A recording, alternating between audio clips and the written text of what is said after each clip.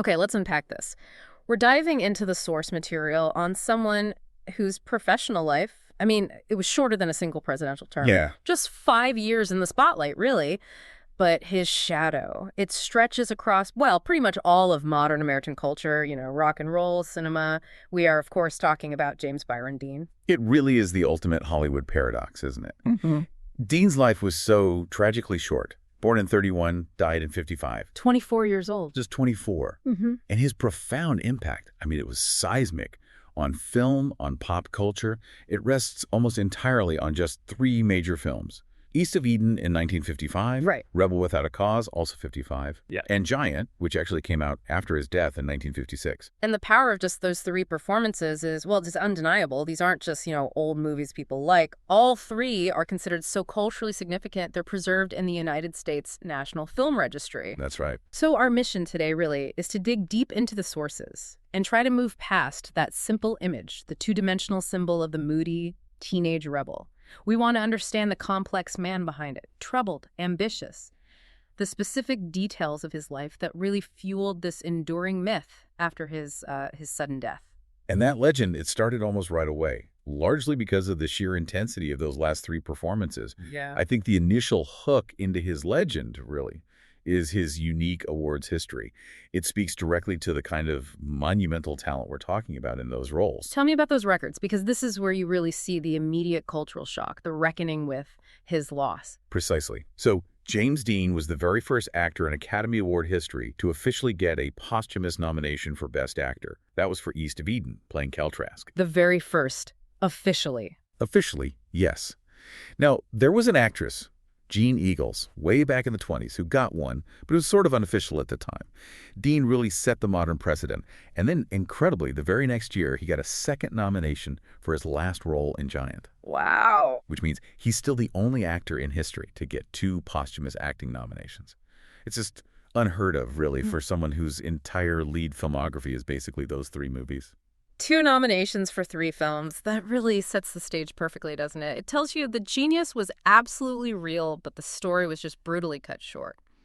So let's go back. We need to start at the beginning with those formative years, because the sources really make it clear this is where that intense emotional engine that drove his revolutionary acting style was really built. Absolutely. James Byron Dean, born in Marion, Indiana, 1931. He was an only child. Mildred Marie Wilson and Wynton Dean were his parents. They moved out to Santa Monica, California pretty early on. His dad became a dental technician, so it suggests, a relatively okay middle-class start out there in sunny California. But then tragedy strikes very early, and it fundamentally reshapes his young life, his personality. Yes. The sources all agree on this powerful bond he had with his mother, Mildred. Biographers consistently call her the only person capable of understanding him. And when Dean was just 7, she got diagnosed with uterine cancer. She died in 1938. He was 9 years old. 9. That's incredibly young to lose your mother, especially when you're that close to. Yeah, and that loss at such a fragile, formative age, it's widely considered the core emotional wound that maybe never really healed. His father, Wynton, apparently felt unable to manage raising him alone. So he sent James back to Indiana to live with his aunt and uncle, Hortense and Marcus Winslow, on their farm in Fairmount, a Quaker farm. That move itself, from sunny, probably exciting Santa Monica back to a quiet religious Quaker farm in the Midwest, that's a huge cultural and emotional shift for a 9-year-old boy already dealing with intense grief. It must have been a massive shock, a completely different world. Now, the Winslows, they provided stability, a strong moral framework, definitely. But the emotional landscape of his life was now defined by this huge vacuum of loss. The sources really emphasize that Dean spent much of his life searching for figures who could offer that understanding and encouragement his mother had given him. And shortly after he moves back, he connects with someone who becomes really important to his development. But it's also a relationship that's, well, extremely controversial. We need to be careful here, obviously. But the sources are quite explicit about his bond with the local Methodist pastor. Right. And this is where we really have to stick strictly to the documented reports, the accounts from biographers, and just present what they say impartially. The person is Reverend James DeWeerd. DeWeerd. Yes. DeWeerd quickly became a central figure in Dean's teenage years, a really crucial mentor. Sources confirm DeWeerd was formative in shaping Dean's interest beyond just farm life. Specifically, his passions for things like bullfighting, car racing, and very significantly theater. Okay, so on one hand, a positive influence, intellectually, creatively. But on the other hand, this relationship has been the subject of persistent and very serious allegations about its nature. Precisely. Some biographers, like Harbin, suggest Dean had an intimate relationship with his pastor, starting in his senior year of high school and lasting for many years.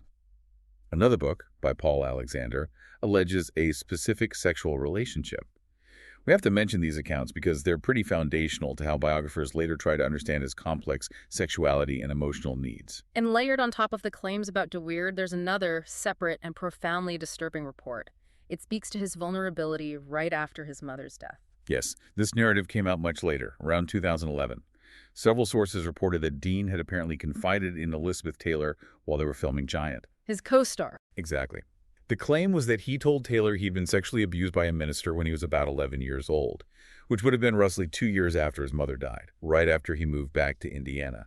So this history, profound loss, a jarring relocation, these complicated mentor-guardianship figures, and these alleged early experiences of abuse, it provides a really tragic framework for the intense vulnerability and, frankly, the emotional damage that he later drew on so effectively on screen. It really helps us see his performances not just as, simple teenage rebellion, but maybe as this kind of cathartic self-exposure rooted in deep, lifelong pain. That's a key way to look at it, I think. Many critics argue his method acting wasn't just a technique, it was almost a psychological necessity for him. He was tapping into real feelings, rejection, abandonment, confusion. It's surely no coincidence that his defining roles, Cal Trask in East of Eden and Jim Stark in Rebel, are both centered on this desperate, raw search for parental validation, especially fatherly love. But despite carrying all that intense emotional baggage, the sources say Dean actually did really well in high school. He wasn't just some troubled loner hiding in the corner. No, not at all. In Fairmount, he was apparently very popular. He kept up excellent grades. He was a star athlete, played baseball, varsity basketball, showed strong social skills, and crucially, he really threw himself into drama and public speaking. He even competed nationally in forensics through the Indiana High School Forensic Association. This was really his first outlet, his first taste of using that deep emotional well for performance. So after graduating high school in May '49, he heads back to California to live with his father and his new stepmother, Ethel. Was that an attempt to reconnect? It seems like it was, yeah. But the source material suggests that attempt to rebuild a relationship with his father, Winton, pretty quickly soured. Biographers describe it as uncommunicative antagonism. Oof. Winton was a practical man, apparently wanted his son to pursue a secure career, like law. So Dean initially enrolled at Santa Monica College, majoring in pre-law, probably trying to appease his father. But the pull of acting was just too strong. Absolutely. He quickly transferred over to UCLA, changed his major to drama. There's a great quote that sums up his drive. He said something like, "The decision to act was never prompted. My whole life has been spent in a dramatic display of expression." He found the whole academic setting kind of stifling, apparently, and in January 1951, he dropped out of UCLA altogether to pursue acting full-time. And then begins the classic struggle, right? Hollywood's a tough town for an ambitious young actor with no real credits yet. Oh, yeah, it was a grind. You can trace his path from total unknown to, burgeoning talent through the list of really humble jobs he took. His very first TV appearance, a Pepsi-Cola commercial. Really? Pepsi. Yep. His first speaking part was playing John the Apostle in an Easter TV special called Hill Number 1 in 1951. And his early film roles were tiny, often uncredited walk-ons, a soldier in fixed bayonets, a boxing corner guy in Sailor Beware, just some youth in Has Anybody Seen My Gal? And to make ends meet, he had to take jobs like working as a parking lot attendant at CBS Studios. But that parking lot attendant job actually turned out to be pretty pivotal, didn't it? Though it also leads us back into that discussion about the transactional side of his early career. Indeed. It was there, at the CBS lot, that he met Rogers Brackett. Brackett was an established radio director for an ad agency, a man with connections, with resources. Brackett took Dean under his wing almost immediately, offered him professional guidance, helped him land some small roles, and maybe most importantly at the time, offered him a place to live. And Brackett's guidance eventually led Dean to his first starring role, but on Broadway, right? In a play called See the Jaguar. And then the advice shifted, telling Dean he needed to leave LA and get serious training back east. That's right. Following encouragement from another actor, James Whitmore, and with Brackett really pushing him, Dean moves to New York City in October 1951. This was probably the single most important professional decision of his life because it led him straight to the actor's studio. New York, that's where he finds it. The famous training ground that really defines his whole style, the method. For listeners who might not be familiar, what exactly did getting into the actor's studio and studying under Lee Strasberg mean for a young actor in the early 50s? It was huge, right? Oh, it was absolutely transformative. The actor's studio, led by the legendary Lee Strasberg, wasn't like a traditional acting school. It was this exclusive, intense workshop focused entirely on teaching the method. It's this technique based on Stanislavski's system. Really intense internal work focused on emotional recall, finding deep psychological realism in your performance. It was diametrically opposed to the more formalized, often quite external acting styles that were common in Hollywood back then. Getting accepted into the studio was a massive validation for a young actor like Dean. And the sources say he knew it. He was proud of it. Incredibly proud. He wrote home in '52, called the actor's studio the greatest school of the theater. And he noted, with maybe a bit of swagger, that he was one of the youngest to belong, putting himself in the company of established stars like Marlon Brando and Julie Harris. His classmates there included people like Carol Baker, who'd later star with him in Giant. This environment was where his natural intensity, that capacity for emotional volatility, was technically honed into the electrifying style we know. It's just wild to think of him working those odd jobs right before breaking big, like testing stunts for a game show. Yeah, that's the famous story about the show Beat the Clock. He got hired as a stunt tester. His job was just to run through these physically demanding, sometimes complicated tasks to make sure they worked for the show. The irony is he supposedly got fired because he performed the stunts too quickly. Oh, too quickly. Yeah, he was too ambitious, too intense, too fast, even for a game show that was literally against the clock. Wow. That story, looking back, it's almost a perfect, tragic metaphor for his whole life, isn't it? Too fast for everything. Okay, let's jump into the professional work that really put him on the map.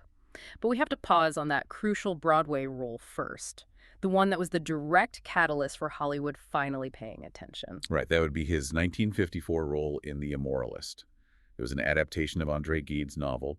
Dean Gautier, who the source material describes as a pandering homosexual North African houseboy.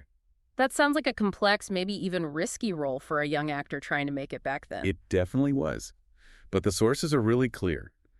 The strong, immediate, positive reviews he got for that performance were the direct trigger. That's what made Hollywood casting directors sit up and start calling. It was his big professional breakthrough. And during that production, he also formed a really deep connection, personal and professional, with his co-star, Geraldine Page. Yes, they had a very intense affair during the show's run, and the bond was clearly profound. Page's daughter later confirmed her mother never really got over Jimmy.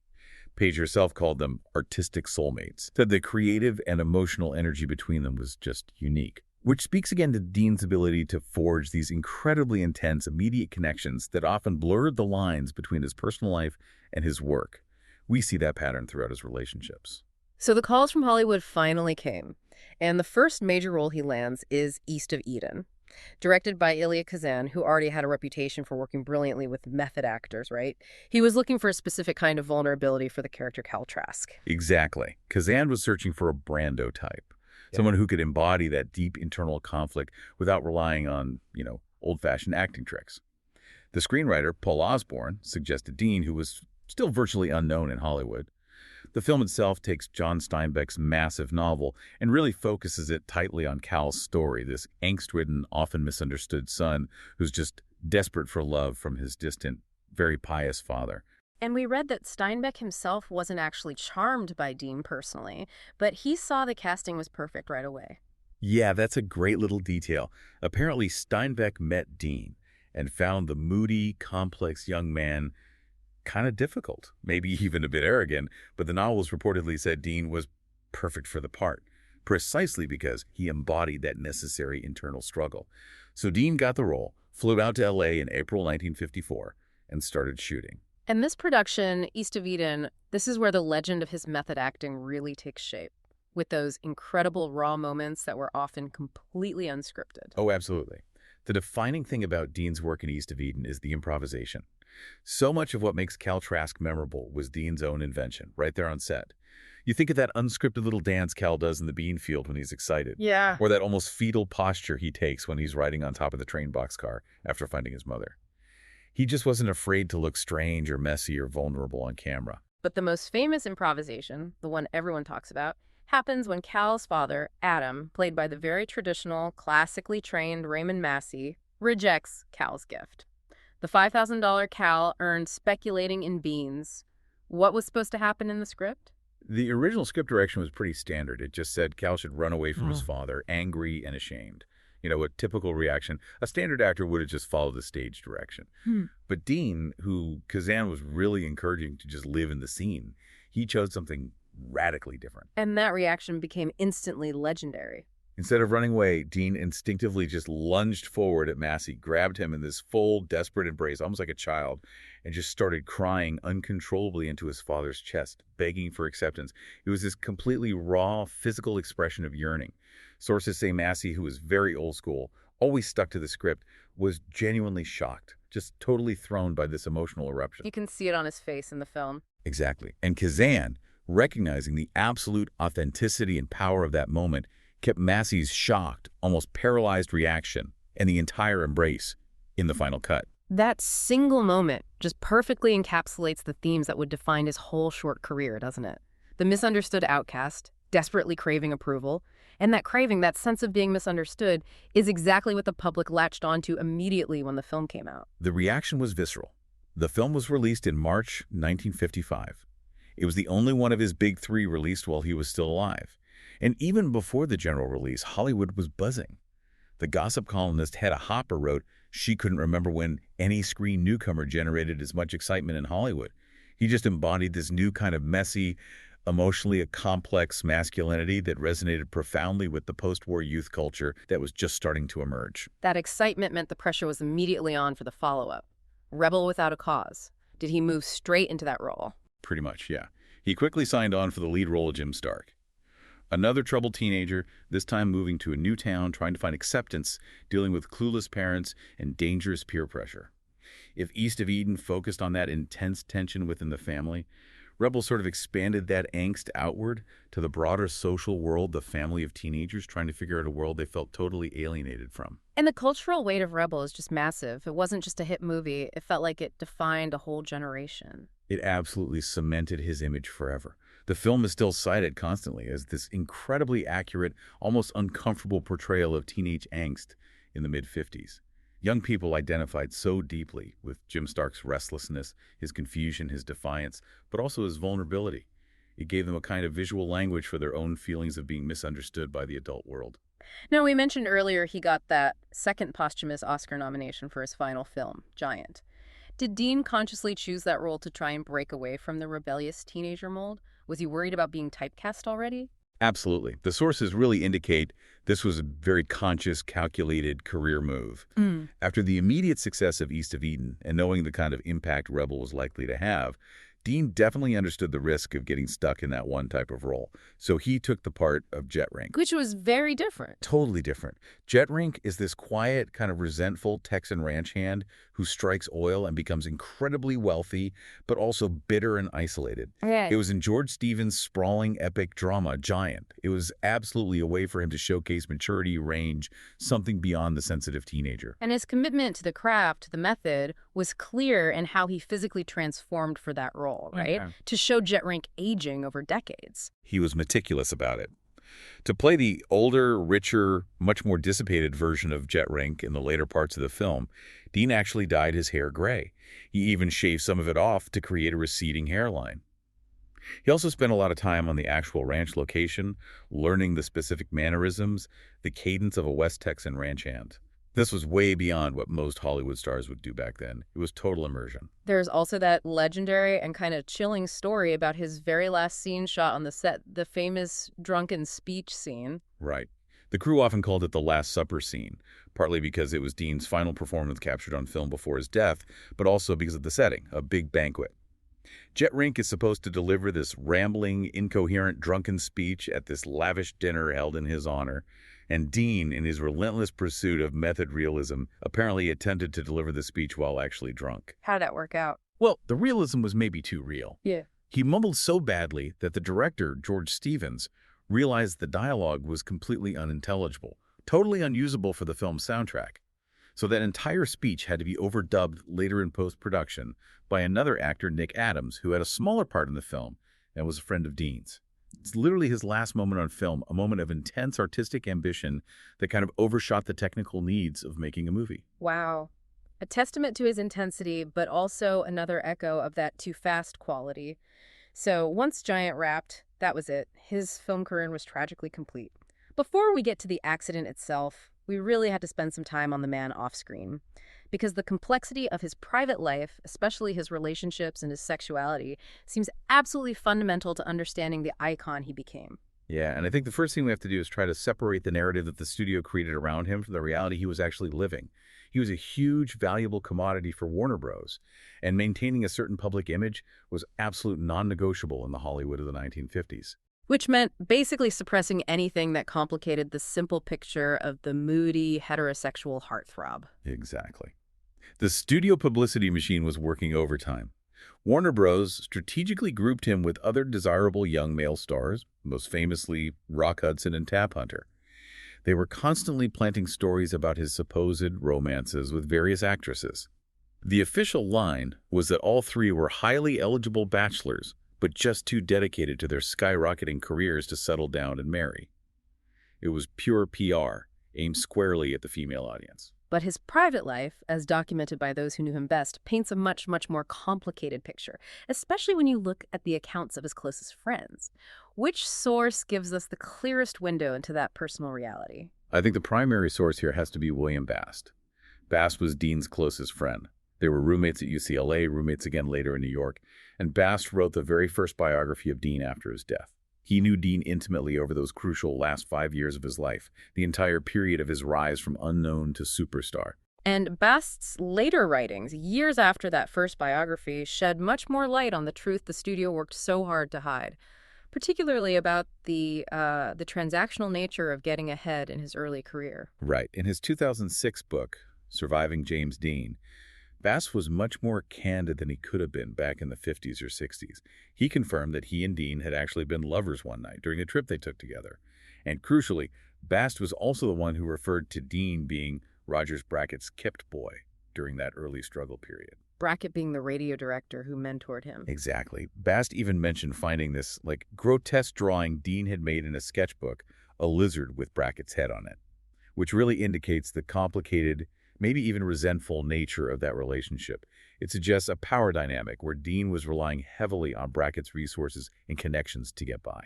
It really highlights the potential high cost of entry for ambitious young actors back then, doesn't it? Where powerful mentors could sometimes dictate the terms of advancement in ways that went beyond just professional help. It creates a really messy reality to grapple with. Was Dean genuinely attracted to men?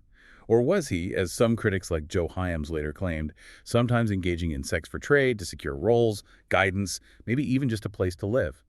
The source material really suggests a complex mix of things: ambition, genuine need, and probably authentic sexual fluidity all converging. Yet at the same time, we have accounts from other friends who strongly push back against the idea that Dean was primarily gay. They emphasize his focus on women, on girls, and on his professional drive. And that's the core of the complexity we have to acknowledge, right? Yeah. James Bella, a friend from his UCLA days, stated pretty bluntly that Dean was a user. Bella didn't believe Dean was fundamentally homosexual, but suggested Dean would do what he felt he needed to do to achieve a professional goal. Martin Landau, who became a good friend at the Actors Studio, also doubted Dean was essentially gay. He said their conversations were mostly about girls and women, and director Mark Rydell chimed in too, saying Dean had very big appetites and just exercised them freely, suggesting broad sexual experimentation, but Rydell also felt Dean wasn't essentially homosexual. Okay, so amidst all this complexity, let's talk about the relationship that was his most famous, most intense heterosexual romance, the one with Pier Angeli.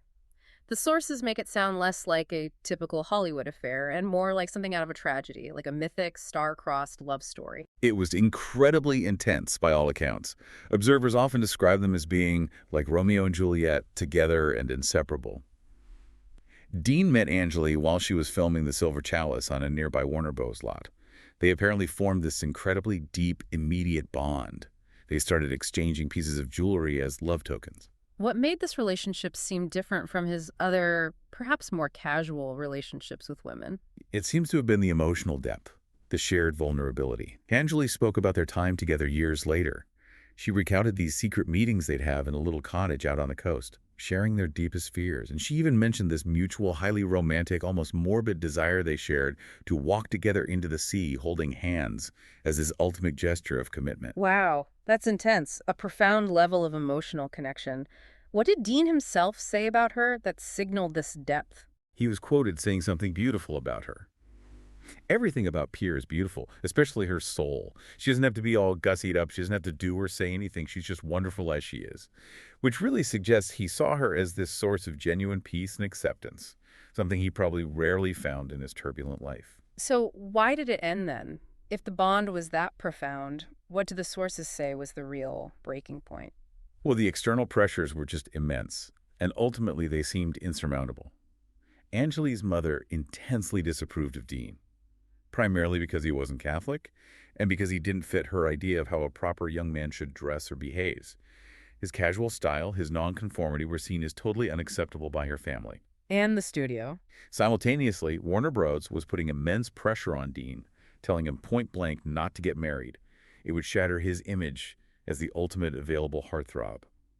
And then, compounding all that, Dean himself seems to have been deeply ambivalent about the finality of marriage. Terrified of domesticity, maybe? Perhaps influenced by his own childhood trauma around family? And the ending was sudden and dramatic, wasn't it? Almost like a movie scene itself. Devastatingly so. Yeah. While Dean was briefly away in New York, in October 1954, Angeli suddenly announced her engagement to the Italian-American singer Vic Damone. Just like that. Just like that. They got married the very next month. Now, there's the famous, though maybe apocryphal, story that a heartbroken Dean watched the wedding ceremony from across the street on his motorcycle, supposedly even revving the engine during the vows. Dean himself later denied doing anything that dumb, but a really poignant detail was found among his personal belongings after his death. An order for the solemnization of marriage pamphlet, the kind you get before a wedding, with the name Pierre lightly penciled inside. The emotional wound was clearly very real. Angeli's. She later went through 2 difficult marriages herself and tragically died from a barbiturate overdose at just 39. Reports say that in her final years, she told friends that James Dean had indeed been the one true love of her life. Such a sad story. Okay, shifting back to the core complexity of his identity. The sources seem very clear that James Dean himself refused to be defined simply as straight or gay. He really embodied that ambivalence. Dean's own famous quote about his sexuality perfectly sums up his refusal to be boxed in. He said he isn't going to go through life with one hand tied behind my back, which strongly suggests an openness to experience, a rejection of the rigid sexual categories of the 1950s. Nicholas Ray, who directed him in Rebel Without a Cause and knew him well, was apparently quite explicit in his assessment. Ray stated it unequivocally. He said, James Dean was not straight, he was not gay, he was bisexual. That seems to confuse people, or they just ignore the facts. That view, coming from someone who collaborated so closely with him, definitely supports the idea of genuine bisexuality, or at least experimentation. Another figure, John Gilmore, a fellow motorcyclist, also claimed that he and Dean experimented with gay sex sometimes. He described it as bad boys playing bad boys while opening up the bisexual sides of ourselves. Though Gilmore later seemed to suggest Dean leaned more gay than bisexual, it's complicated. So let's try to balance that with the sex for trade narrative again, the idea that some relations might have been primarily transactional for career advancement. And that's the crucial distinction the source material really forces us to consider. Those transactional claims, raised by biographers like Joe Hyams and kind of confirmed by Bast regarding the relationship with Rogers Brackett, they paint a picture of an incredibly ambitious actor using literally all available resources to climb the Hollywood ladder. Brackett himself even called their relationship somewhat incestuous, which indicates a very non-traditional power imbalance dynamic was at play.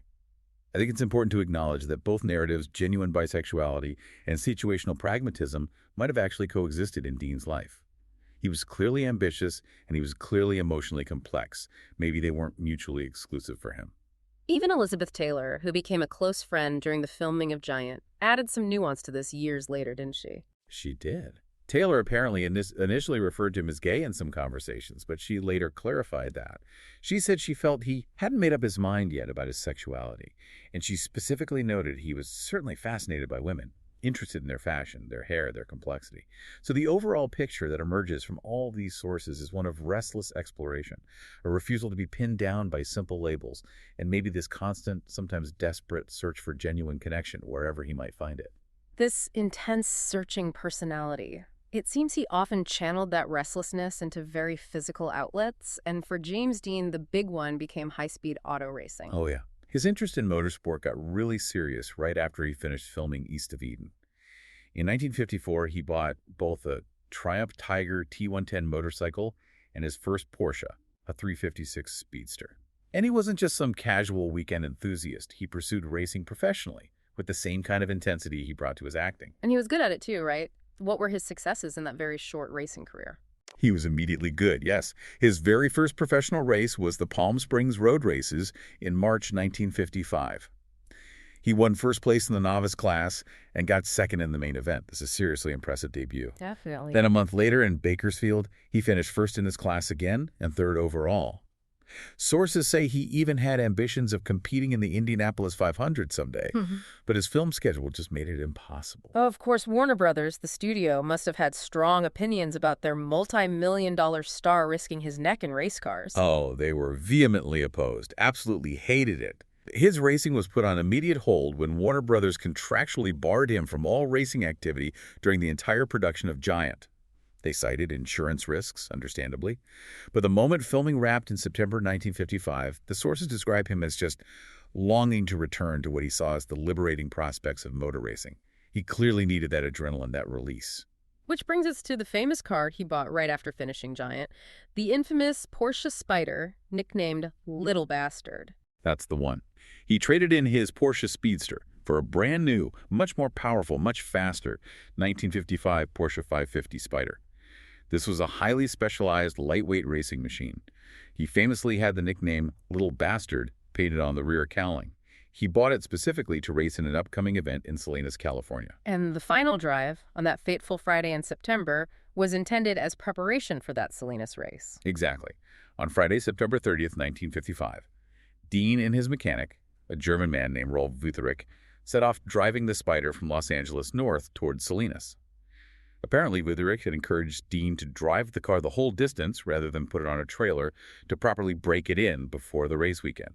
They were accompanied by stunt coordinator Bill Hickman and the photographer Sanford Roth, who followed them in a separate Ford station wagon towing Dean's trailer. And the day itself was marked by that characteristic intensity and speed, even before the crash. Yes.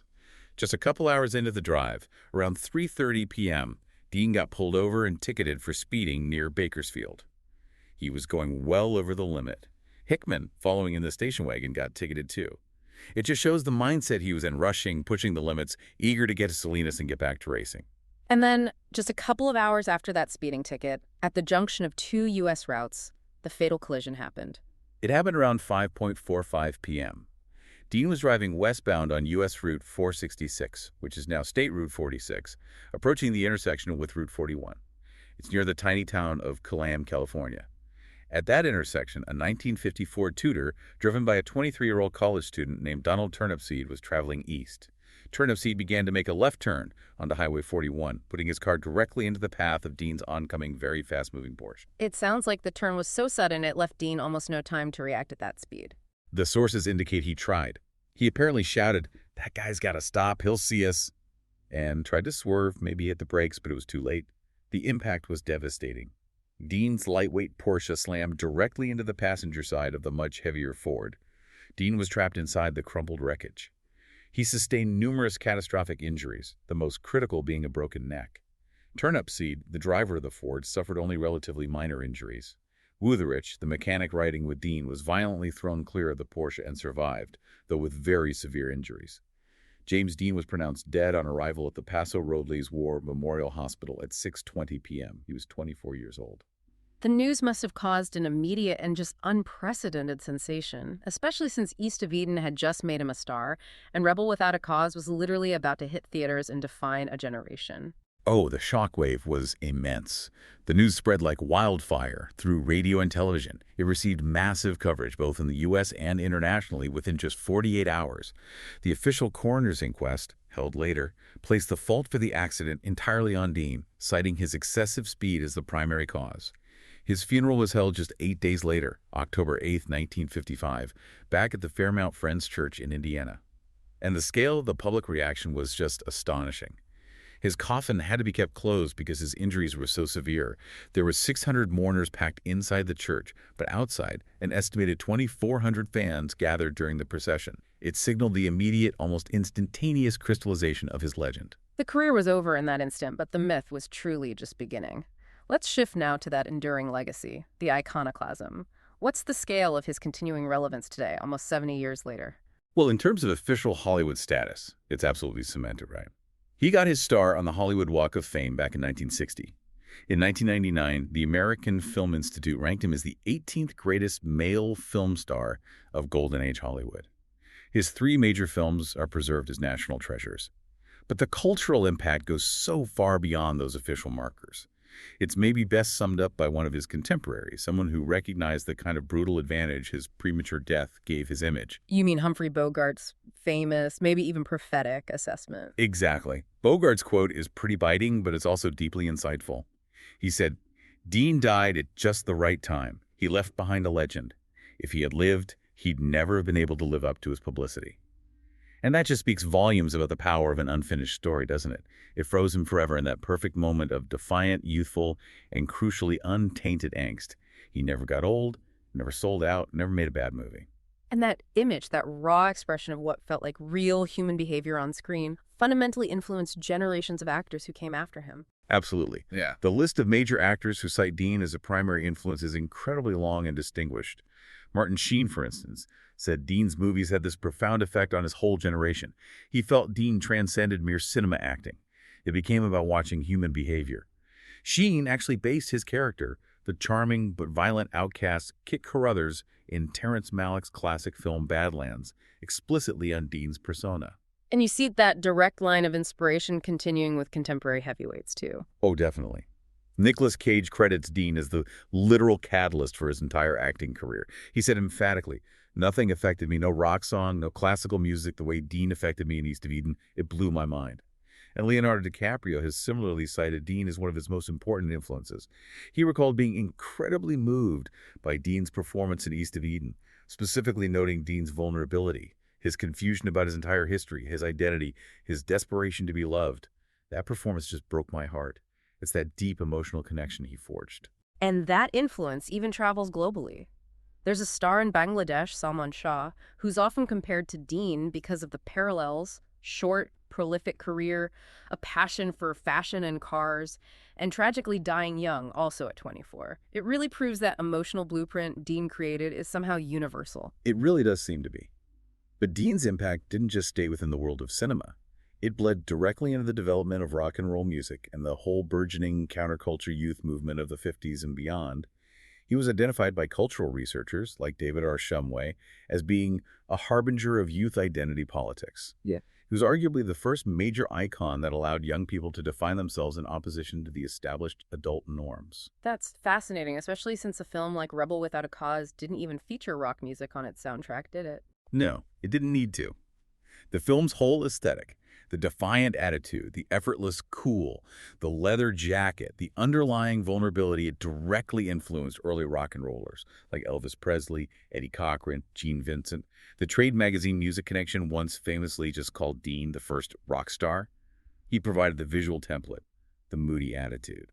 And that link to Elvis is particularly clear, isn't it, given Presley's own comments about how he consciously cultivated that demeanor. Presley openly admitted he studied both Dean and Marlon Brando. There's a great quote from a 1956 interview where Presley talked about their appeal. "We're sullen, we're brutal, we're something of a menace. I don't understand it exactly, but that's what the girls like in men. I know, you can't be sexy if you smile, you can't be a rebel if you grin." Dean perfected that permanent, non-grinning, magnetically dangerous look. He provided the visual blueprint for that rebel style. And that influence didn't stop in the 50s. It extended even into the folk era and much later. Decades later, the influence was still potent. Bob Dylan consciously evoked James Dean visually on the cover of his landmark album, The Freewheelin' Bob Dylan, and again on Highway 61 Revisited. His biographer called it cultivating the James Dean with guitar image. And Dean's name and image have just been continually referenced in countless songs ever since, from the Eagles' track James Dean right up to Taylor Swift's hit Style. He's a permanent cultural reference point. Let's talk about the fashion aspect, too, because that remains arguably his most universal and inescapable legacy, that look. Oh, absolutely. His signature style, that simple combination of blue jeans, a plain white t-shirt, and a rugged leather or maybe a red windbreaker jacket, it became a universal wardrobe staple. It elevated the white t-shirt from just an undergarment into this powerful symbol of defiant working-class cool. It's truly one of the most identifiable and imitated looks of the entire 20th century. It landed him a spot on Time magazine's all-time 100 fashion icons list. It's the absolute definition of effortless, stylized rebellion. And that continuing relevance, that immortal image, it translates into significant business even today, right? Nearly 70 years after his death. It absolutely does. The commercial appeal of that timeless image is massive. James Dean's estate still earns something like $5 million per year, purely from licensing his name and image for advertising and merchandise. However, that ongoing commercialization led to a pretty significant controversy just a few years ago, touching on the ethics of intellectual property and, well, digital resurrection. Ah, you're talking about the attempt to digitally recreate his likeness for a new movie. Exactly. Back in 2019, there was this announcement that a CGI likeness of James Dean would be used to portray a significant supporting character in a Vietnam War film called Finding Jack. Now, Dean's family had actually granted the rights for his digital image to be used, but the announcement was met with immediate and widespread derision from all across the film industry. People were not happy. No. Major stars like Chris Evans and Elijah Wood publicly criticized the decision. They argued it set a really dangerous and unethical precedent for, essentially, digital grave robbing, using deceased actors' likenesses without their consent. The project was eventually shelved, or at least put on indefinite hold, which perhaps indicates that while his image is truly immortal and commercially valuable, the integrity of his actual work and the memory of the man himself are still fiercely protected by many in the industry. So as we kind of wrap up this deep dive, we really circle back to that core paradox we started with, don't we? He's this massive star whose greatest, most lasting influence arguably came after his death. His death crystallized that perfect moment of adolescent vulnerability, of defiance that somehow remains immortal. He was such an intense, contradictory figure. Leonard Rosenman, who was a composer and a close friend of Dean's, made a really interesting point in a 1974 documentary called James Dean Remembered. He noted that fans often admired Dean for the very traits that Dean actually despised in himself, particularly that simplistic rebel image. Right. Rosamund emphasized that Dean actually had this profound desire for peace and intellectual growth, which isn't something you usually associate with the rock and roll rebel icon. He apparently sought therapy later in his short life, trying to move beyond that public persona, trying to deal with the internal chaos. Yeah, and his intense method acting style, it required him to constantly access his deepest, most painful emotions. He was simultaneously celebrated for this raw self-exposure, but also apparently internally tormented by it. He was genuinely looking for some kind of stability, some peace. And that really brings us back to Bogart's provocative thought. Given the complexity of his personal struggles that document a need for peace, for intellectual stability, would James Dean the man have ever been able to live up to the perfect, crystallized image of the rebel that his premature death created and froze in time? It really raises that crucial question, doesn't it? About whether that kind of intense artistic success, the kind that demands such raw, constant emotional exposure, is ultimately compatible with long-term survival, especially under the glare of the public eye. His death ensured he became this flawless icon, eternally young, eternally cool, frozen perfectly. But we're left to wonder what James Dean, the actual person, might have eventually sacrificed, or perhaps gained if he'd had the chance to find that peace he was reportedly searching for. A truly complex man, whose brief, incredibly bright, tumultuous life remains one of the greatest and perhaps saddest deep dives in American cultural history. Thank you for joining us as we explore the sources on James Dean.